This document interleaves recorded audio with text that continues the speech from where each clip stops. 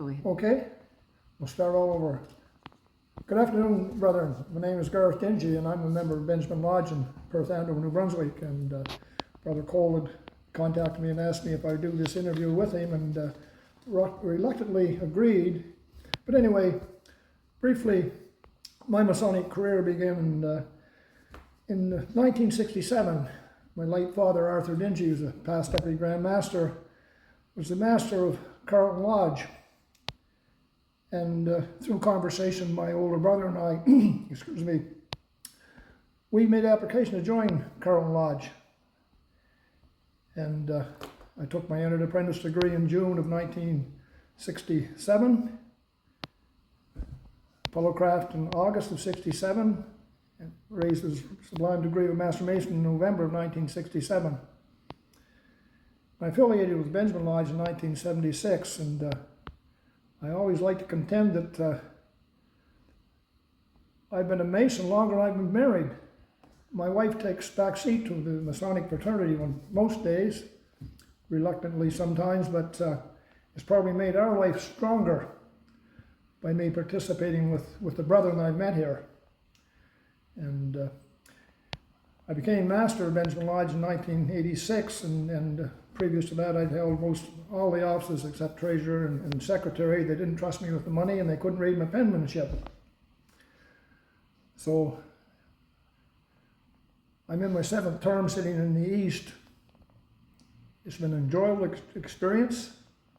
Over those years I met a lot of incredible men, fostered good relationships, made me a stronger individual, and I'm hoping it's made them stronger also.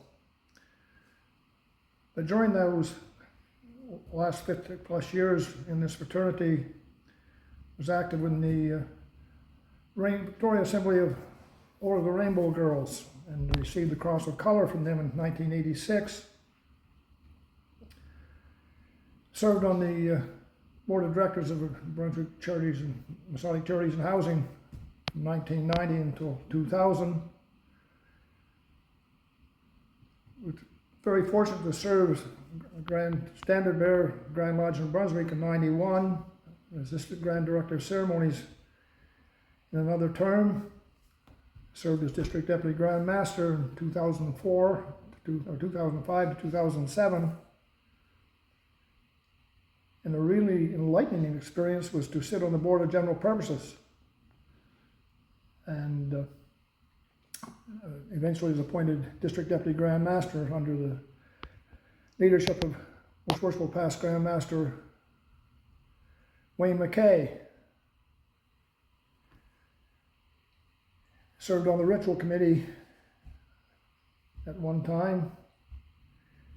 I was very honored and humbled to receive the Quinn Medallion. And apparently they wanted to bestow another award and receive the Beardsley Award, and which is extremely important to me to be able to wear that. My late father received the Beardsley Award, and he was one of the instilling mentors in my Masonic career, as well as many other members of the fraternity. We have a great family history of Masonry. As I say, my older brother Gary, who just passed away here 3 or 4 weeks ago. My younger brother is the sitting master in Carlton Lodge this year. In the Moncton area, I have a cousin, my worshipful brother Carl Dingee, he's a past district deputy. And my brother's son-in-law, Jody Gagnon, is a very strong supporter of the Scottish Rite in the Moncton area. And all these individuals have probably been mentored by our late father. Both my grandfathers were Masons. My mother's father was a past master of Carlton Lodge. His father was a Mason. And his brother, my grandmother's brothers, were Masons. My parents were both members of the Eastern Star. And I guess we sometimes follow the footsteps footsteps of our parents. Sometimes we don't always go where they lead us,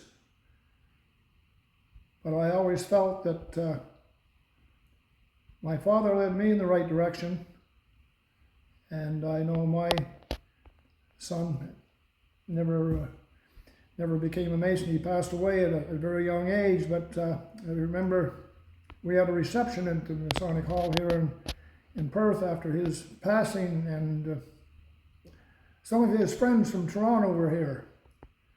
And he kind of smiled and he said, "Craig always said, never knew where my father went at night." He said, "Now I know." And he was fond of that. And he looked at the people here, and you could see the quality of the individuals. There was a minister in the local church here one time, and I'll put a little plug here for the Bathurst area.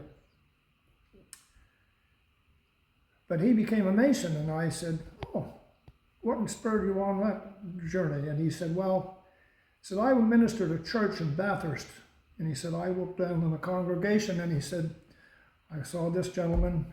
I won't name their names, I don't want to put them on the spot, but he said, "I saw this gentleman, and this gentleman, and this gentleman." And he listed off, 5 or 6 different individuals. And he said, "These are all important individuals in the community, strong supporters of everything. They're good men. Plus, they're a member of my church." So he said, "There must be something about that stock of that individual."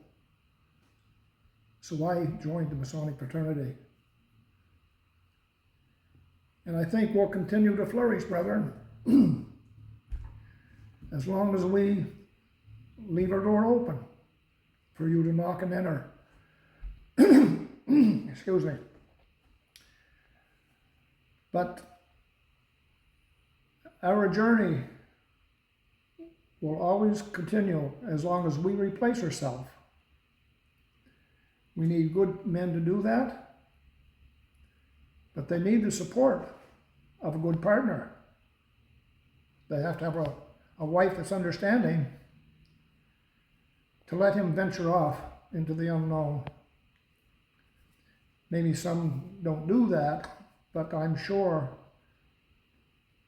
that it can be very rewarding. And as I look through our local area, the involvement that the Masons have in our community is just outstanding. And your journey will continue. I know in my personal experience, my wife and I have had the opportunity to travel extensively as a result of the people we've met in this organization. Being involved in concordant bodies of different things. So, brethren, I hope I haven't bored you with a lot of unnecessary information, but my best friends are Masons. I consider them to be a family, someone you can look out to time of distress. You don't have to call and ask. There's always a brother in there to reach out the helping hand, not only for us, but our community.